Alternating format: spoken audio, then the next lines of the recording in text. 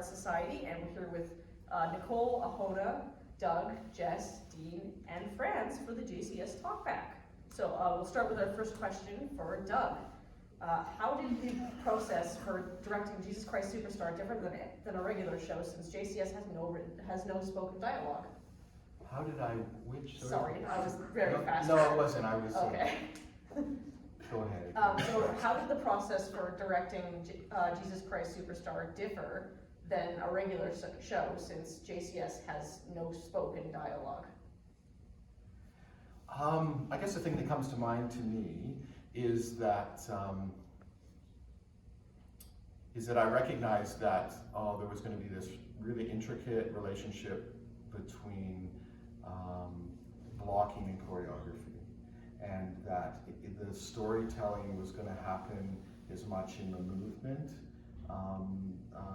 with the music and the choreography, and that in some ways I'd be sharing and collaborating with those ideas. Like in maybe in some more traditional musicals, you will have like a song and there'll be dialogue, and you know, you'll be, as a director, you'll maybe block that dialogue, and then even the song or duet might be more of like a stage, a regular like spoken play, but just with music. So you could maybe block that. But this music has so much movement in it and energy in it that to me it called for that relationship, that working relationship with a choreographer, and that's why I had an assistant choreographer too, and an assistant director in the room who was also our assistant choreographer. So we worked like quite collaboratively together in helping to tell the story through dance and movement. And it allowed for that, which was, I think, really interesting for me. I mean, I'm not a dancer at all. I sort of know what I like to see and what happened, but they really helped me bring it to life. So. Good. And for Franz, as a music student, what was different in your approach to playing Jesus compared to performing in other pieces of music? Yeah, well, for me, like, acting is not like something that we do a lot in our program. We're so focused on like music all the time, like how to sing it properly. But doing this particular show, you know, I really had to like work on that side of my skill, and it helped me as an artist. I feel like I could honestly call myself now an actor for the first time. Yeah, so. Right, so this next one's for Nicole. What skills did you gain or refine by working on the production as large as Jesus Christ Superstar? Good question.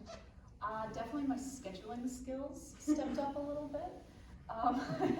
Having community members a part of this production added the additional challenge of scheduling around their separate work outside of the university, and some of them have kids and partners, so that was definitely a challenge for me. But I think the biggest thing was my accuracy in cue calling and reading music as well.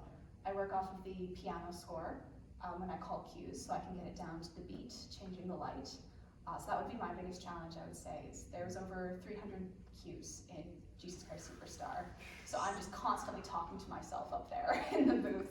That would be my biggest challenge, was the accuracy of when the lights need to change. So next one is for Ahona. What were some obstacles you came across during the staging of the show, and how was it choreographing a show where movement was so important?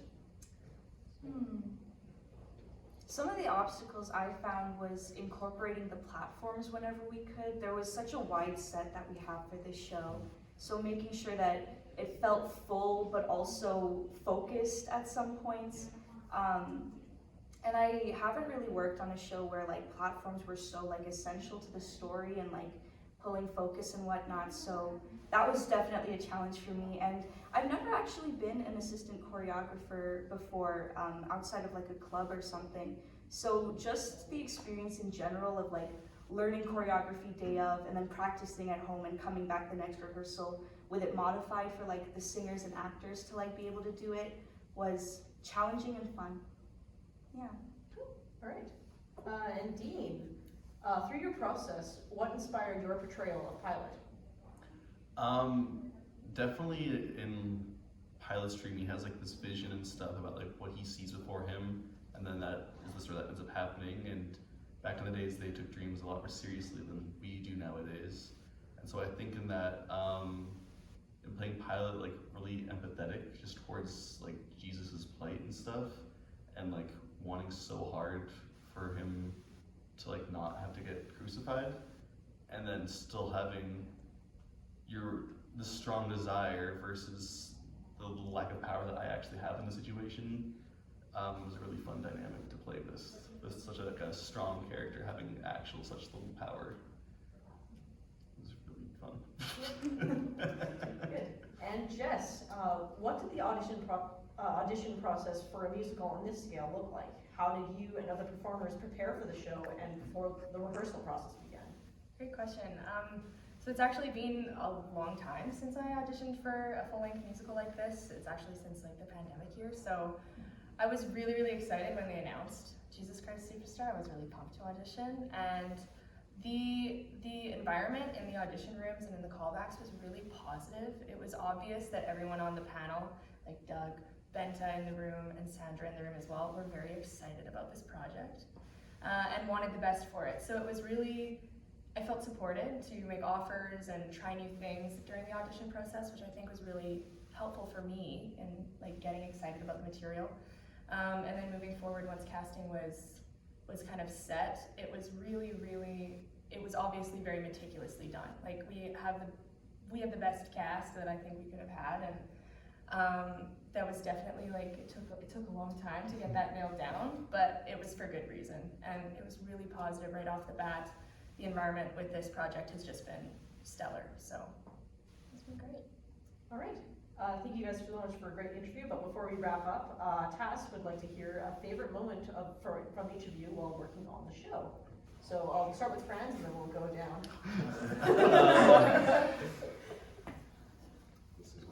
I think my favorite moment is the collaboration between the music and the drama department, because in my 4 or 5 years of being here, I've never, collaborated with the drama students.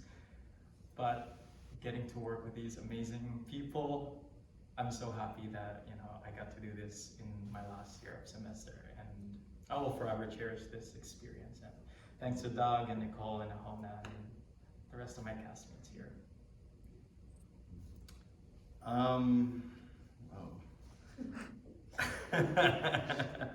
I guess my favorite part of just the whole process is just working on my character and how powerful he is, and the conflict between it, and working with Zoe and the rehearsal times and really developing that character to be like to its full potential was super fun and a great process, I think.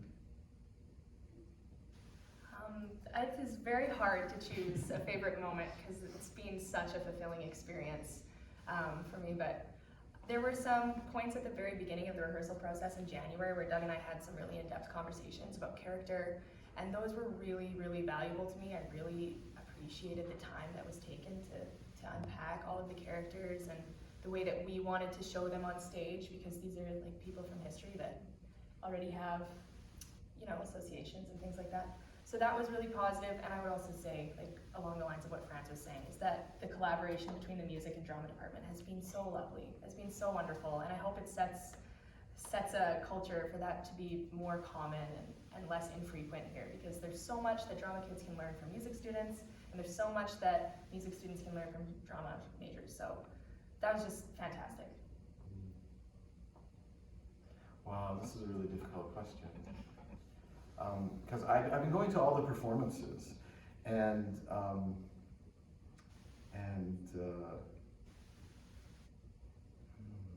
wow, there's just so many moments, and I think it's not to skirt the question at all, but one of the things I find magical about theater and certain theater experiences when I'm looking at the stage and I'm with the lights and sets and the people moving, there's something that draws me into that world. And just right from the very beginning, and especially like when we get into Heaven on Their Minds, which is like the first song after the overture.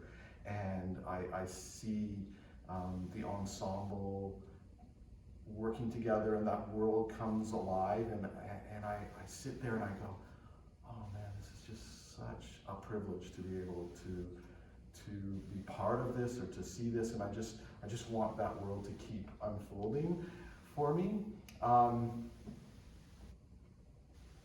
There's just sort of, I've known this musical all my life, and I have a very close relationship to it for a lot of different reasons, but it's just sort of part of my growing up and my musical history, blah blah blah. But so there's a lot of moments from everybody in here that I'll go, oh, that was just so lovely, or I didn't think of that, and something came alive. And so I'm really appreciative of everything that came together, and I loved being in the rehearsal room with all of you. I think that was really incredible for me.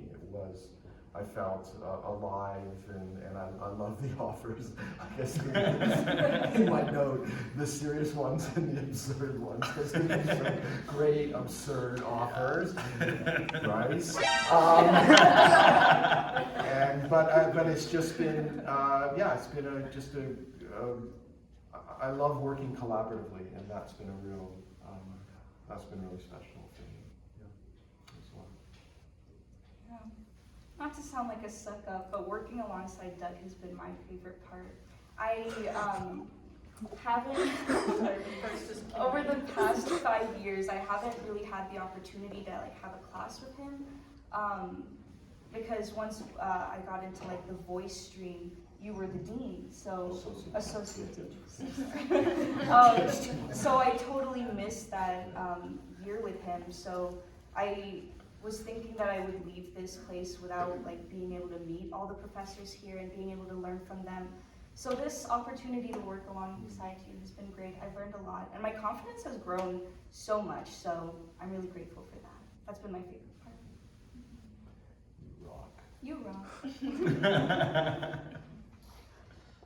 My favorite moment had to have been the first time we sang with the orchestra. It was in fact the first time the cast had all been in one room at one time.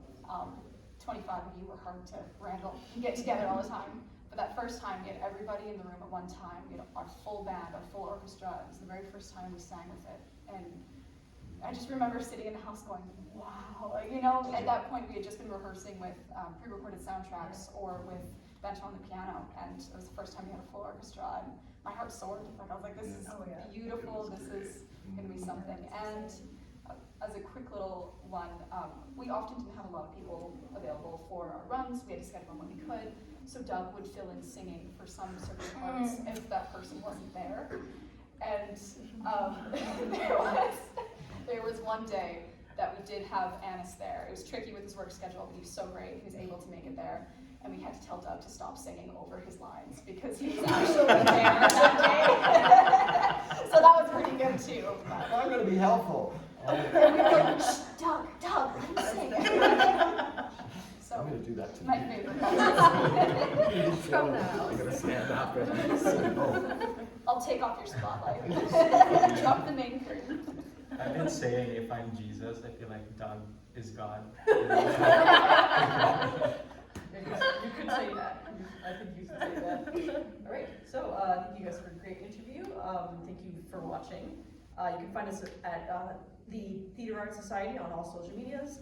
Stay tuned for future talkbacks and events, or just watch some of our other ones. Great. Thank you guys. Bye. Don't pick Talkback, guys. Thank you, Brice.